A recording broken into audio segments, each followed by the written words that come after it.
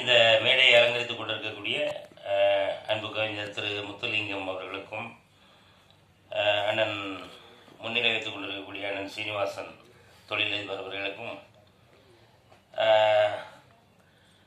இப்போ தான் நம்ம லோகேஷ் கனகராஜ் அட்லி அப்படிலாம் பார்த்துருக்கோம். ஆனால் பழைய அவர்களுக்கெல்லாம் குரு அப்படின்னு சொல்லலாம். மிகப்பெரிய இயக்குனர் மரியாதைக்குரிய ஐயா ஆர் அரவிந்தராஜ் ஐயா அவர்களுக்கும், மற்றும் இந்த நிகழ்ச்சியை கலந்து கொண்டிருக்கக்கூடிய அன்பு சகோதரர் பஷீர் அவர்களுக்கும், மணிகண்டன் அவர்களுக்கும், கணேஸ்வர் அவர்களுக்கும் உள்ளிட்ட அத்தனை அன்பு உள்ளவங்களுக்கும் என்னுடைய அன்பான நன்றிகளை சொல்லி,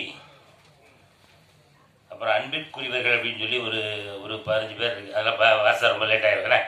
அந்த அன்பிற்குரியவர்கள் அனைவருக்கும் என்னுடைய அன்பான மாலை வணக்கங்களை சொல்லிட்டு நேரே விஷயத்துக்கு வந்துடுவோம்.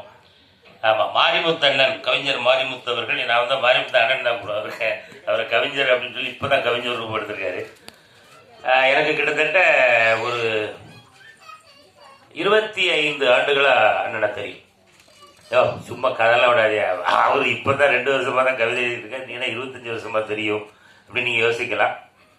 ஆமாம், நான் வந்து சென்னைக்கு சினிமா வாய்ப்பு தேடி வந்து முதல்ல லேண்டான இடம் வந்து கோயம்பேடு தான். கோயம்பேடு மார்க்கெட்டுக்குள்ள தான் லேண்ட் ஆனேன். அங்கே காய்கறி வியாபாரங்கள் ஆரம்பிச்சுட்டு அப்படியே எம்எம்டிஏக்குள்ளேயே அந்த ஏரியாவிலே வியாபாரம் பார்த்துட்டு இருப்பேன்.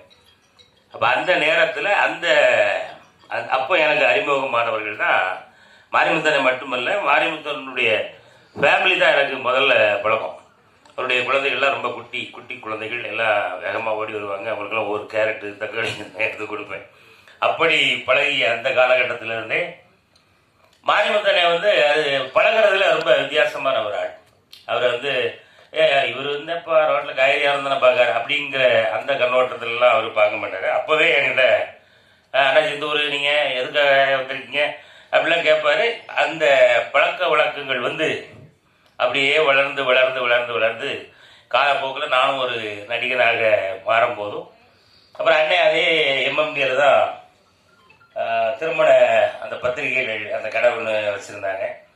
அப்புறம் அதுலேருந்தே எங்களுடைய நட்புகள் தொடர்ந்து கடைசியாக அண்ணன் திடீர்னு ஒரு நாள் வந்தார். அண்ணே, நான் கவிதைகள்லாம் இப்போது நிறைய கவிதைகள்லாம் எழுதுகிறேன், நிறைய சினிமா பாடல்கள்லாம் எழுதுகிறேன், உங்களுக்கே தெரியாத ஒரு விஷயத்த சொல்கிறேன் அப்படின்னு சொல்லி ஒன்று சொன்னார்.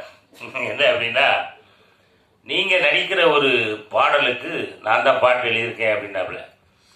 அப்போ என்ன தலைவா இது எப்போ நடந்தது இந்த இது, நான் எப்போ பாட்டுக்கு டான்ஸ் எல்லாம் ஆட போகிறேன் அப்படின்னா அவங்களுக்கே தெரியாது, டைரக்டர் இனிமே தான் சொல்லுவார் அப்படின்னு சொல்லி. ஆமாம், அந்த படத்தோட பேர் சொல்லுங்களேன், ஞாபகம் வச்சிருக்கீங்களா? ஆமாம், அண்ணன் வந்து முதல் முறையாக திரைப்படத்திற்கு பாடல் எழுதுனது. நான் அவருடைய பாடலை வந்து ஆடியிருக்கேன் இல்லையா, நடிச்சிருக்கேன். ஆமாம், அந்த பெருமையை எனக்கு கொடுத்தது நம்ம கவிஞர் மாரிமுத்து அவர்கள். அப்போ இப்போ பாடல்கள்லாம் பார்த்தோம், ரொம்ப அழகாக இருந்துச்சு. அந்த வரிகள்லாம் ரொம்ப அழகாக இருந்துச்சு. அதுக்காக நம்ம ஒரு வாட்டி நல்லா உற்சாகமாக அவருக்கு ஒரு கைகளை தட்டி ஒரு வாழ்த்து சொல்லிடலாங்க.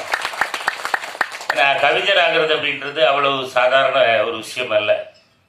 ஏன்னா நிறைய விஷயங்கள் தெரியணும். இப்போ ஒரு கிறிஸ்தவ பாடல் எழுதணும் அப்படின்னா அதில் வந்து பைபிளை படிக்கணும். பைபிள் படித்தால் தான் அதில் வந்து சில வரிகள் எடுத்து தான் நம்ம ஒரு கவிதையாக ஒரு பாடலாக உருவாக்க முடியும். ஒரு இஸ்லாமிய பாடல்கள் உருவாக்கணும் அப்படின்னு சொன்னால் குரான்லாம் படிச்சிருக்கணும். ஆனால் நீங்கள் குரான்லாம் படிச்சிருக்கீங்களா? நீங்கள் நீங்கள் வாசிக்காத புக்கே இல்லை. ஆமாம், இது அது உண்மை இல்லையா? நீங்கள் படித்தது உண்மை இல்லையா? இல்லை